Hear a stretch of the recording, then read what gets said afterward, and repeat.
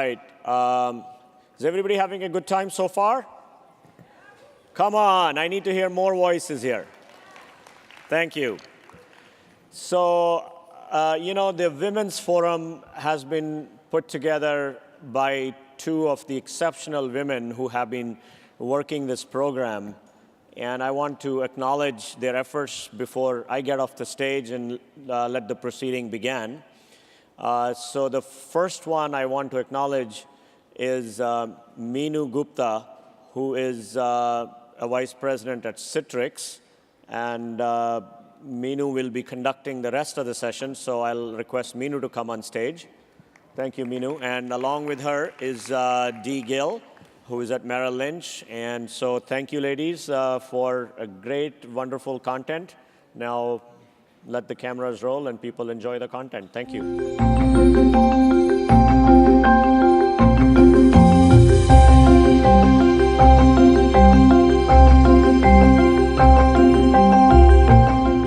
Thank you, Paul. Thanks, everyone. Good morning. Lovely Saturday morning.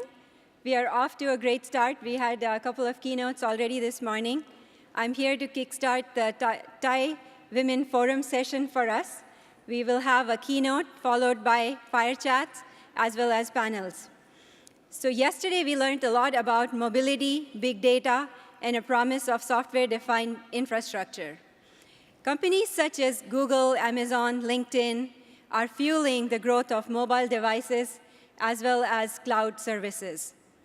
So what does it do to us? It increases the bandwidth requirement constantly for mobile carriers, telcos, infrastructure providers, as well as our own home networks.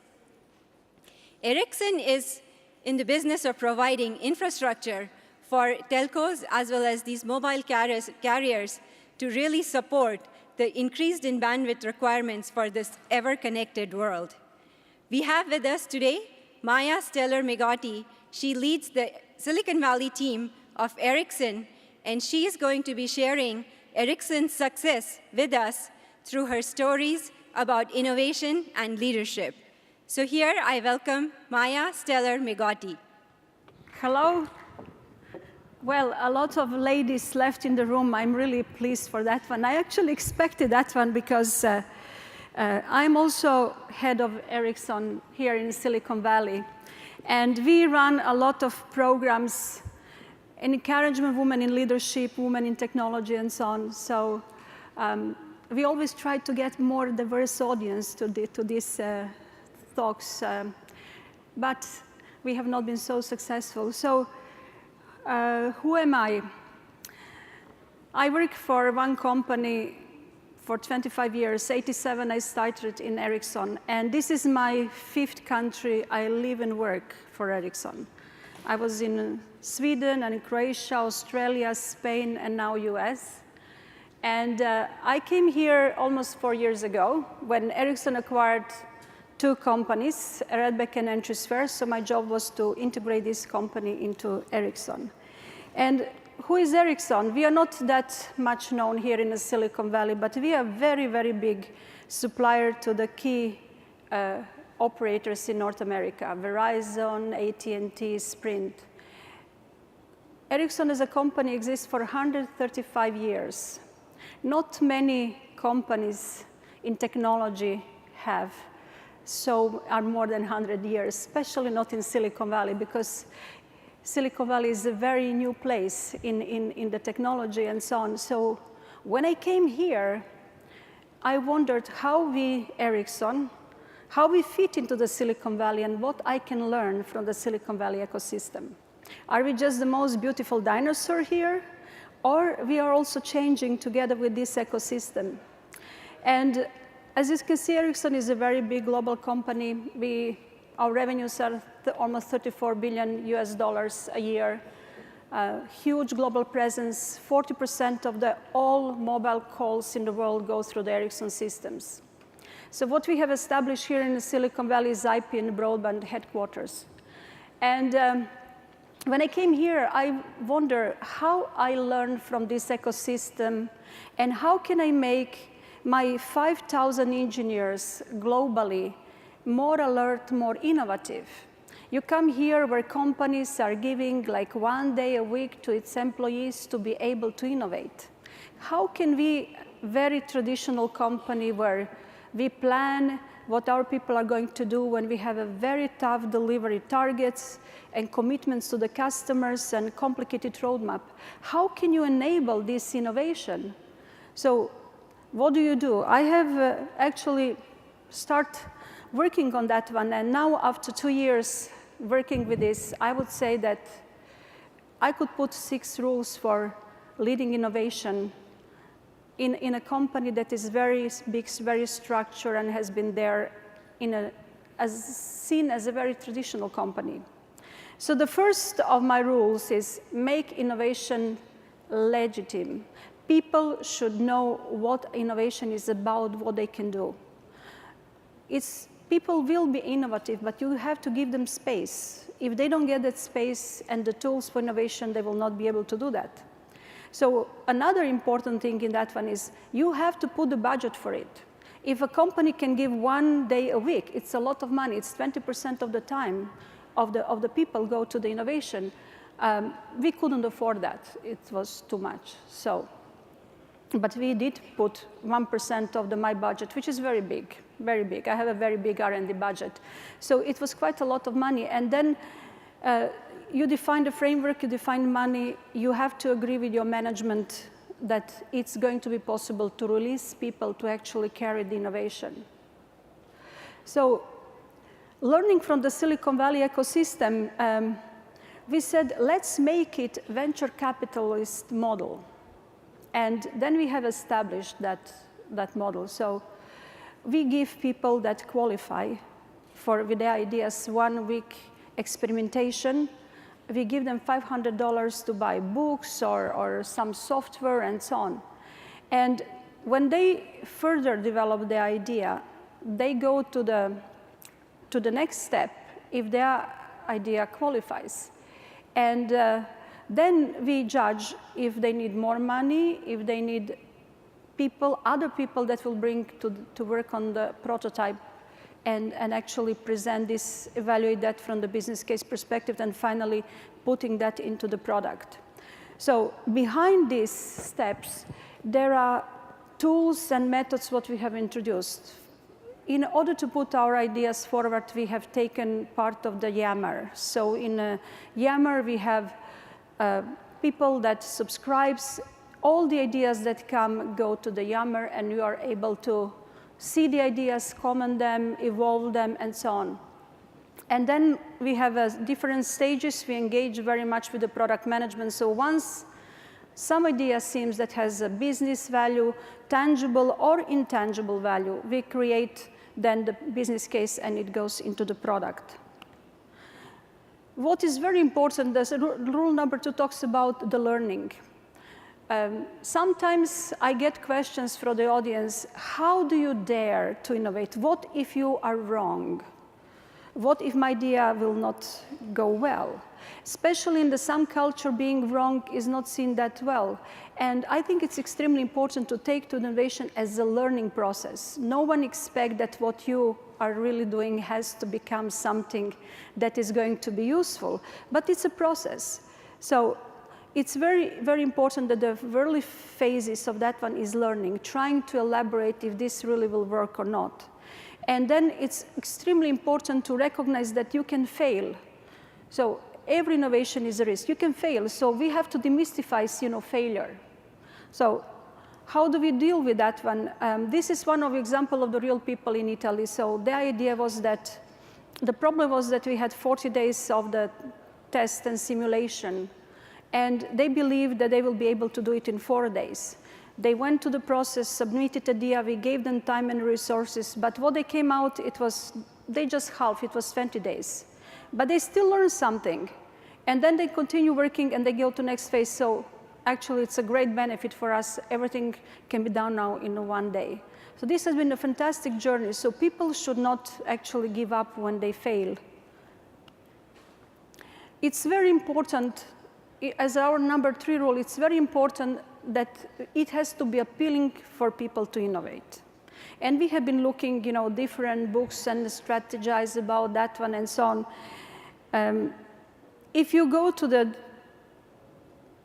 what is publicized around the innovation, there is a lot of stories about innovative guy is not a good soldier. And being the big companies feel like good soldiers, people that do very well the job that was given to them and deliver what they were supposed to deliver. The thing comes that I believe that not all these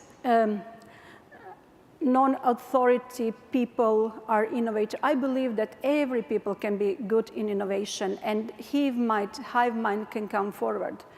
So it's extremely important to understand what motivates innovation within the people. Why would people do that?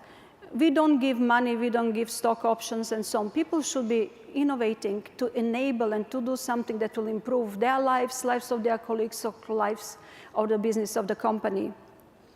It's extremely important that this becomes also a rule to put in an organization. People are encouraged to be innovative. Managers' framework is extremely important there. Managers should be enabling their people to go and innovate every single day, not only the work what they're doing, but also taking care about accidental innovation. So all these different stages, it's extremely important to recognize there are different stages, there are different roles in innovation. So we are giving awards. We don't give any money, as I mentioned, we give different awards. So we have several categories, like best ideas, not only ideas that will actually go to the products, but ideas that even will not go to the products because we will not take them there, but we give them rewards. Best experimentation weeks, but also the most useful failure, because we recognize, okay, they wanted to do 10 times something, but they didn't achieve, but we recognize that, this was a great attempt. We also reward best managers. We go publicly and put on the web and give them reward. This is a manager that actually enabled most of the innovative thinking, innovation in his unit. And also there is a facilitator people, those that enable innovation. When we place ideas into the tool, some ideas can be commented 5,000 times of the different people in the organization. Some people are extremely good in developing ideas of other people, but they don't actually initiate ideas. So we recognize there are many different roles if you want to have this creative innovation that you leverage hive mind of the big global organization. Have a method for innovation. This is extremely, extremely important. We usually have a method in the companies for different stuff, for sales, for design, how we test, how we do things, and so on. But if you want to have an innovation, you have to also have a method for innovation. Which process you are going to use, how you unleash the power of the people going forward. So what we have implemented, we worked with a company called IDEO here in Silicon Valley. This is a company that just works with the innovation of the different products. And we have taken this design thinking. We had training from IDEO to Ericsson, and then we have created that process which we are now taking through our different products. It's not only for innovating, making new stuff, but also everything what we are doing, we are putting design thinking methodology there. So inspiration, we start from the customer need, then you do ideation when you are developing your idea with the help of other people, and then finally, you are putting, your action. You try to make a rapid prototype and get a rapid feedback so you can fail very, very early in the process. The rule number 5, encourage collaboration. I don't think that a lone innovator today is the one that is going to be, the big winner, especially not in a big companies like my company. It's very important to leverage the hive mind. For that reason, it's extremely important to create space where all this idea and where the collaboration could happen. And then the roles that I mentioned, the best, they are facilitator, the best managers, and so on. We have seen some ideas throughout the tool. When you check, they can be commented 5,000 times among the people of my global organization. Extremely important, because that's what you came out when the idea is really matured, then it goes to the board, which decides, what is going to be the next step for that idea. Once you have a great idea, you have to then move it forward. So we have created design squads. So these design squads are people that first have been only involved into making these ideas more applicable or making them more productifiable and so on. But we have now put that one into all our ongoing projects. We have a couple of design squads in the different locations of my organization. They are put when you have a big challenges into our delivery projects, either with lead time or implementation of a very complicated features. We are putting these design Innova squads into our normal execution, and these people are then guiding the teams how to come with more creative solutions and come forward faster and with a better solution. And that has been now implemented. It's part of every single development, and I would say the results from that one are really fantastic. We can cut sometimes, we can deliver in 30 or 40% of less of the time the products that we are delivering to the market. We can also come with a very, very innovative solutions in the technologies what we are putting forward. So that has been a fantastic approach now, how you move innovation to your ongoing roadmap work. And then the final rule, which is not the last rule, but extremely important. Anticipate customer needs. Understand true customer needs. That makes meaningful innovation. And I would say that you can invent many, many things, but when one invention becomes innovation is when it becomes something that is useful, improves people's lives, creates value for the company, or simplifies our life. And that is a big journey. Customer needs, we have to innovate to resolve something. And we have to anticipate these needs. If you look iPhone or iPad, all these things didn't really come from the requirements that someone placed that requirements. It came anticipating what we as a user would actually need for our lives to make it better and simplify and so on. So the story of Hans is very, very similar. He was thinking about how complicated it's going to be for the customers and for us, Ericsson, to go to the hundreds of thousands of installed hardware when we have to upgrade our networks to the 4G for LTE. And he came with the idea that let's make this upgrade with the software over the air. And that product is now out, and we have been deploying that one. So if we didn't have this possibility to have this environment of how we run innovation, Hans will never have the chance and the space to experiment with this idea and create it. So this is one of great example of the innovation. And I would say that we have been calculating over the last 2 years what really this innovation framework will cost us, because I have dedicated teams that are working with that one. I have people that are running the framework. We put money into that one, both in giving this Visa, MasterCards with $500, but also dedicating people for months or 2 or 3 and bringing consultants to work on this idea. Our gain on all what we have done now in innovation is $40 million. So far. So that is actually justifies all the investment that we have done so far. And putting all this together, 6 rules, my 6 rules for innovation: make innovation legitimate in your organization, emphasize that innovation is about the learning. You don't have to have right when you're doing it. Appeal to the internal motivation. Don't make it about money or about the stock options. Have a method, have a tools. It's extremely important that people know to what to adhere and make it very, very repeatable. Encourage collaboration, encourage leveraging on the hive mind of all the organization, and have customers in mind always when you are doing your innovation. So innovation is a leap in unknown. You can invent many things. If your invented thing is going to be innovation, depends if you are really going to achieve something that will be useful to the people, to your company, and make lab. It's extremely important to encourage. It's okay to fail. We don't know what's going to happen. How many startups really do succeed? You can have 10, 1 or 2 will be really succeeding. People have to embrace. Yes, innovation can be failure, innovation can take risk, but we have to be encouraging our organization to go forward. So thank you very much. That was how we do innovation in Ericsson, and I hope that I would like to share with feedback from you, because many different companies can have many different approaches. I believe in this ecosystem we can all learn from each other. Thank you very much.